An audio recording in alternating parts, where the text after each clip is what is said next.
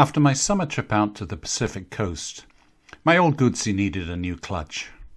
And with a new rear tyre on the Cavalcade, it was time again for another little trip. But where to?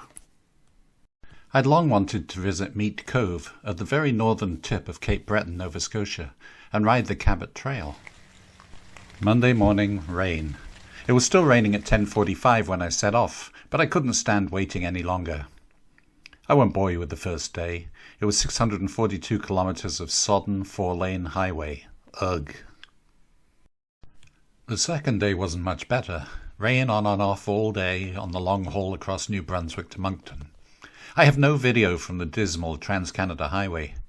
It's a good job I have decent rain gear and can hide behind the Cavalcade's enormous screen, as I stayed more or less dry and comfortable, stopping briefly at Grand Falls on the St. John River before heading across to Miramichi. It was another 650, 400-mile day, and I arrived in Moncton cold, wet, and in the dark.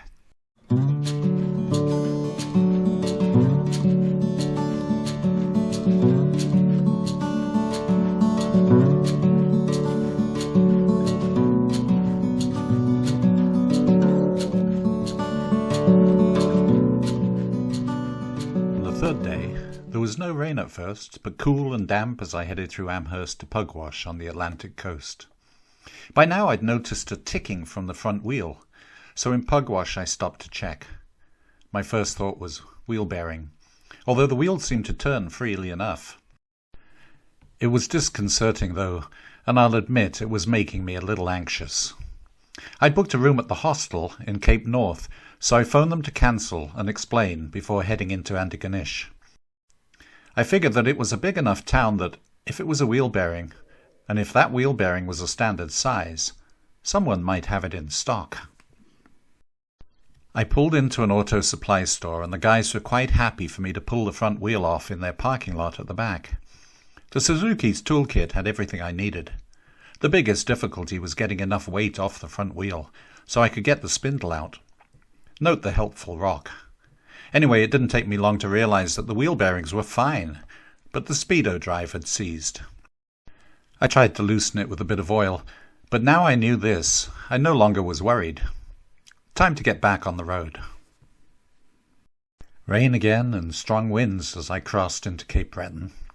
The first part was still along the Trans-Canada, but before long I was heading up the windy coast towards Cheticamp and the Cape Breton National Park. Despite its weight, the crosswinds blew me and the Cavalcade across the centerline a couple of times, and I spent plenty of time cranked over at an angle.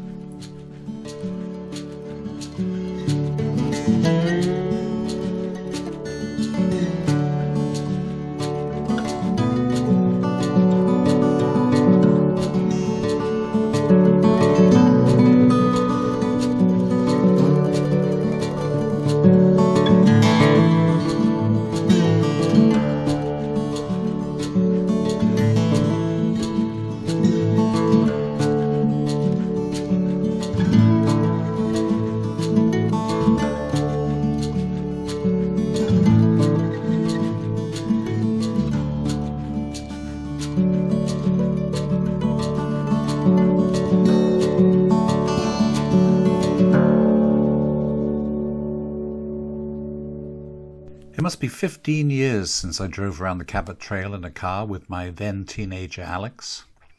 At the time I'd enjoyed it, but the experience of driving it in a car just can't be compared to riding it on a bike, even one so massive and car-like as the Cavalcade. It's a delight of sweeping curves, vast views across headlands to the sea, and at this time of year the multicoloured leaves of the trees cladding the hillsides. Amazingly, the rain had ceased as I joined the trail, and the roads were bare, dry, and empty.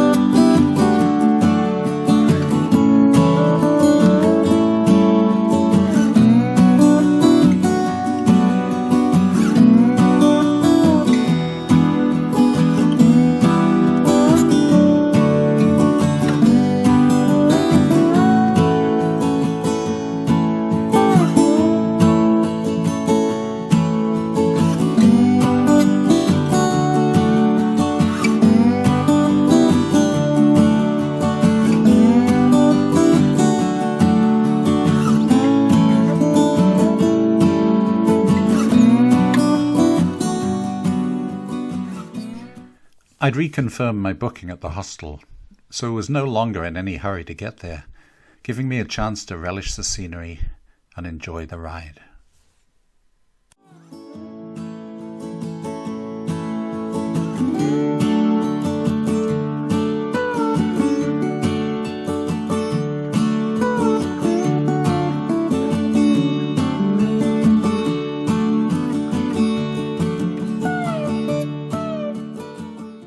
The hostel was clean, cheap and pleasant, if you don't mind sharing a mixed dorm.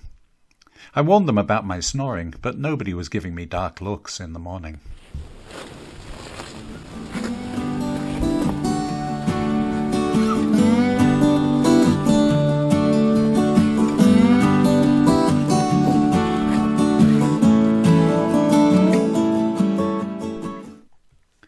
The road to Meat Cove is mostly gravel with a few paved sections on the steeper hills. And of course it was raining again, but that wasn't about to keep me from my objective. My wife accuses me of target fixation, and it's probably true. I like to have an objective, and I'm not much interested in dawdling to explore along the way.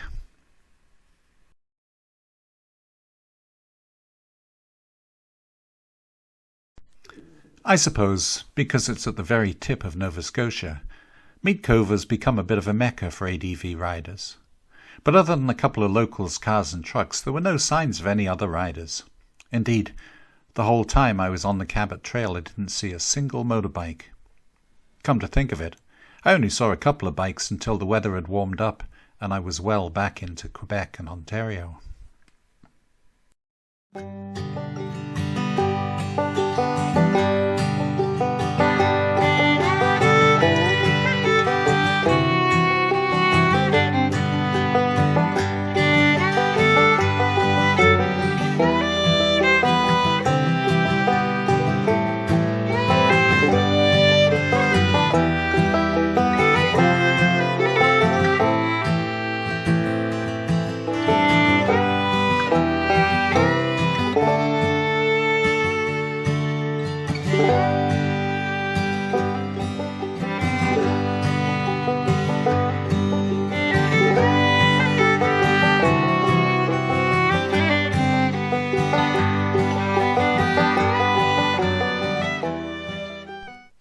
It's about 28 kilometres from Cape North to Meat Cove.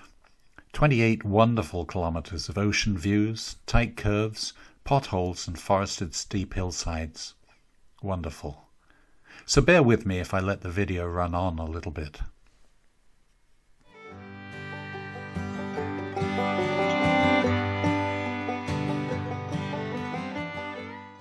By the way, I deliberately excluded any of the audio from the GoPro footage. The cavalcade is a quiet bike, so all there is wind noise, and that's annoying.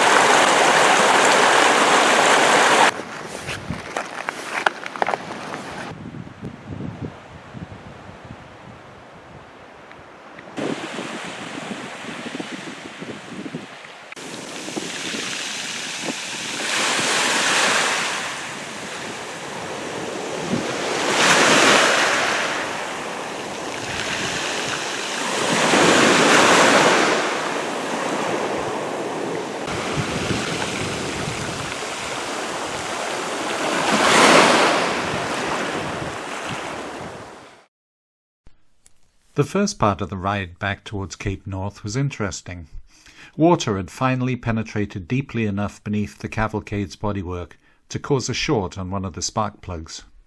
Sometimes it was running on 4 cylinders, sometimes on 3, not that with such a powerful engine it made much difference, even on the hills. Eventually the heat from the engine dispersed the water, and normal service was resumed.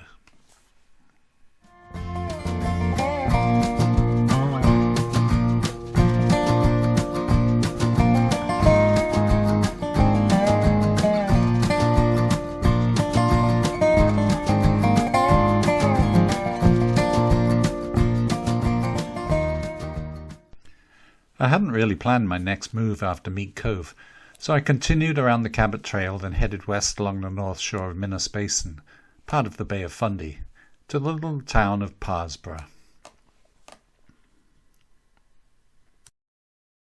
But first, there was some delightful riding on the east side of the Cabot Trail to enjoy.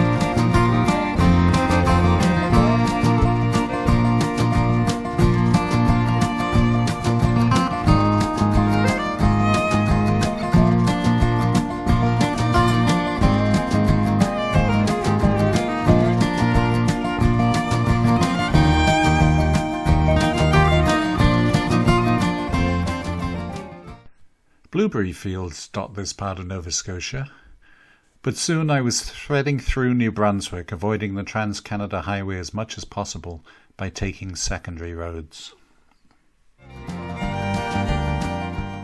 But after a final night in Saint-Jean-Port-Joli, it was 640 kilometres of 4-lane highway all the way home. It's a long way from Ontario to Nova Scotia to visit one little cove and ride the Cabot Trail, but it was worth it. As always, it was good to get home, put the bike in the garage, and start thinking about finishing replacing the clutch on the Eldorado. If you enjoyed this video, please subscribe, feel free to comment, I usually respond, and check out my books on Amazon and Audible. Just search for Nick Adams Motorcycle. Oh yes, and I have a new book out about my struggles with my Panther. Thanks for watching.